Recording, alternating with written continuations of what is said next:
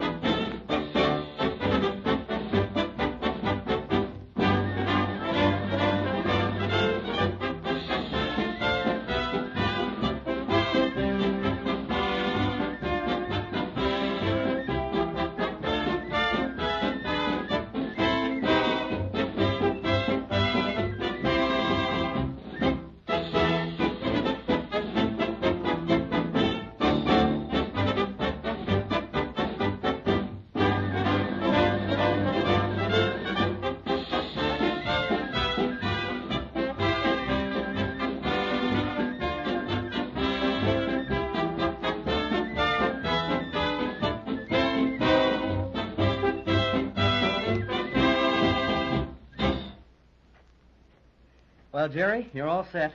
Cadet Dugan of FMA. You know, Lee, that sounds funny. Funny? I mean, me being a cadet.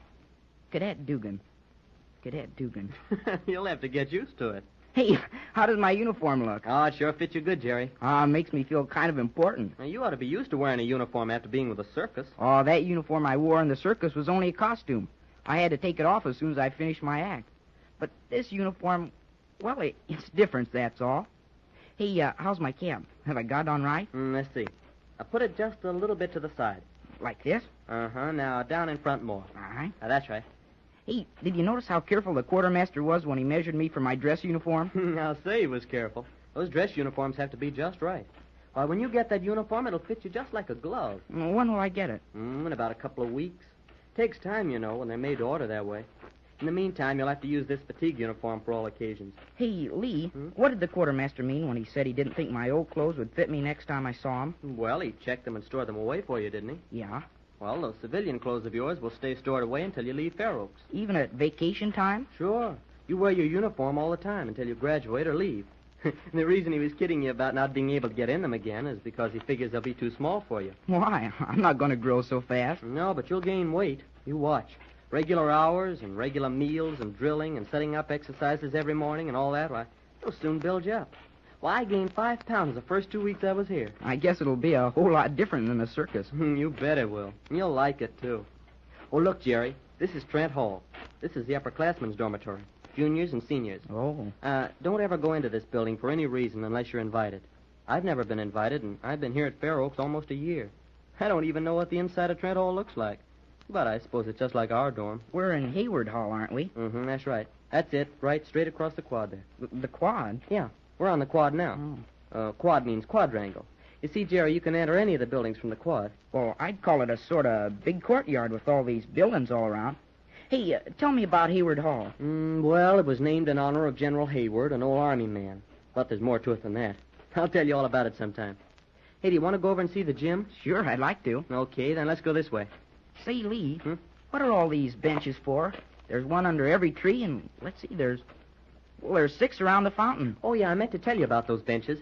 You notice they're made out of cement? Uh-huh. Well, each one of those benches has been presented to Fair Oaks by a graduating class. Oh, and all those names carved on the benches are the names of the cadets that graduated that year. That's right. Come on over here by the fountain, and I'll show you the very first bench.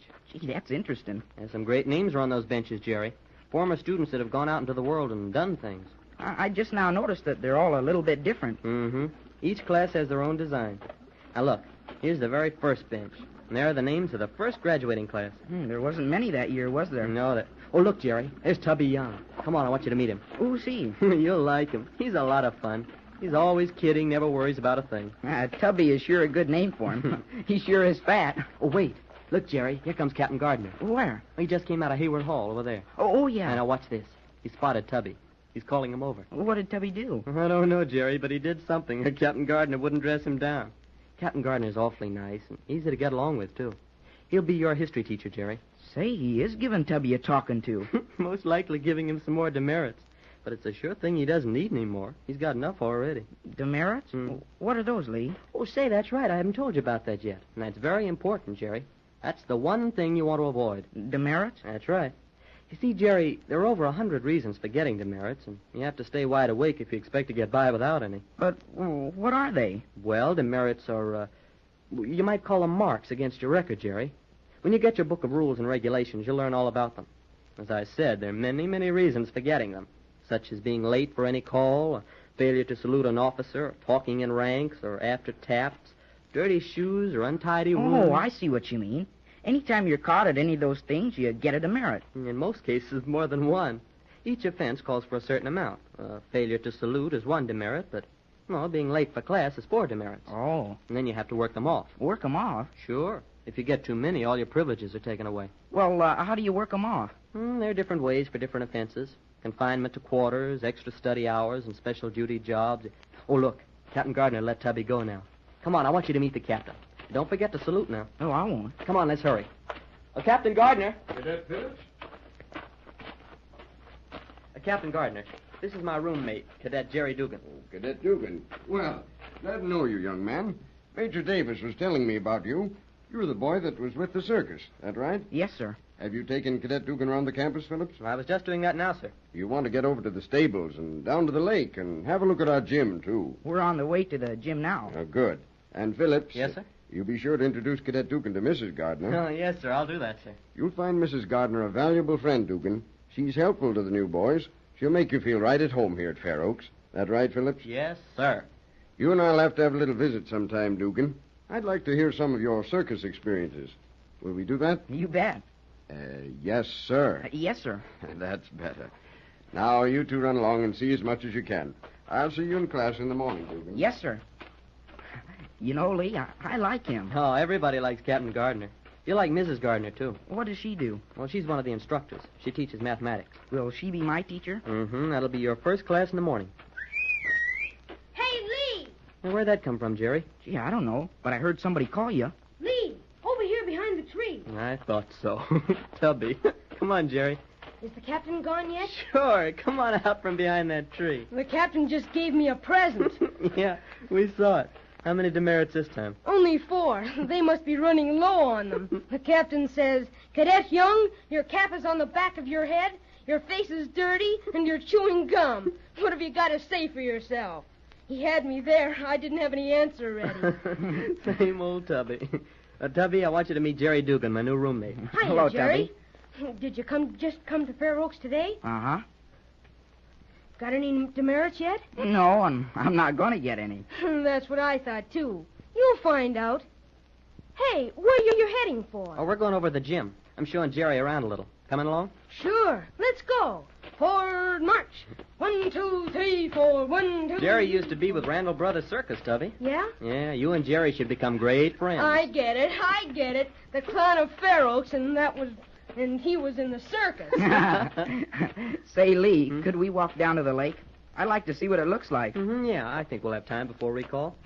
Oh, you see that building over there? Yeah, is that the gym? Yes. Hey, Linwell. That's Harold Linwell, Jerry. He's the youngest cadet at Fair Oaks. Nice boy, too. Oh, wait a minute, Harold. His father's Guy Linwell, the famous test pilot. You've heard of him, haven't you? No, I don't think so. Say, he's one of the greatest flyers there is. Hiya, fellas. I want you to meet my roommate, Jerry Dugan. I'm glad to meet you, Linwell. Same here. We're going over to the gym. Coming along? Yeah, that's just where I was going. Hey, what's going on there now? Oh, nothing special, Jerry. There might be some basketball practice, or some of the fellas might be trying out for track. There's a balcony track runs all the way around the gym. When you see it, it's keen. It doesn't seem to have done you much good, Tubby. Yeah? The drill field is out in back of the gym, and that's the stadium over there to the right. That's where we have our football games. And have we got a swell football team? They're champions, aren't they, Lee? I'll say they are. The gym is big. I'll say it is. Hey, does it take up the whole building? No. When you see it inside. And the swimming You'll pool see. takes up almost half the building. Oh, a pool too, huh? Sure, what do you think? Well, I thought as long as the lake is so close, there wouldn't be a swimming pool, too. Well, here we are. Get the door open, Tubby. Okie dokes. Come on, Harold. I'm coming. Hey, look. There's the first-string volleyball team. Boy, are they good. Yeah, and there are the scrub basketball teams playing down at the other end. Come on, let's walk around. See the track up in the balcony, Jerry? Oh, yeah. Say, that's all right. That door across there leads into the swimming pool. Well, what do you think of the gym, Jerry? Gee, it's keen. I never saw such a big one. Uh-oh, here comes trouble. What? Red Morrison. Hey, Linwell, come here. You better go, Harold. Okay. What do you want? I was just looking for you. I want you to do me a favor. Why? I want you to go over to Trent Hall and ask someone over there to let you have a small-sized basketball. Tell them that one of the fellas that the one they're using here is too big for the basket. Uh-oh, this is bad. He's sending him over to Trent Hall. Poor Linwell is going to get in bad with the upperclassmen. And sending him for a small-sized basketball. Anybody knows there's no such a thing. Hey, who is this Red Morrison? He's plenty tough, Jerry. Now, don't say anything, Jerry. Well, like fun, I won't.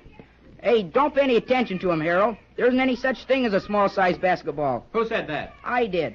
Hey, why don't you pick on somebody your own size to pull your bum jokes on? Well, how do you do? A green plebe. Now that's a novelty. And a brand new fatigue uniform. My, aren't you pretty? What's your name? Jerry Dugan. Well, Dugan, you'd better learn to mind your own business. Only a little fella like Linwell would fall for a gag like that. It looks like I'm going to have trouble with you, Dugan.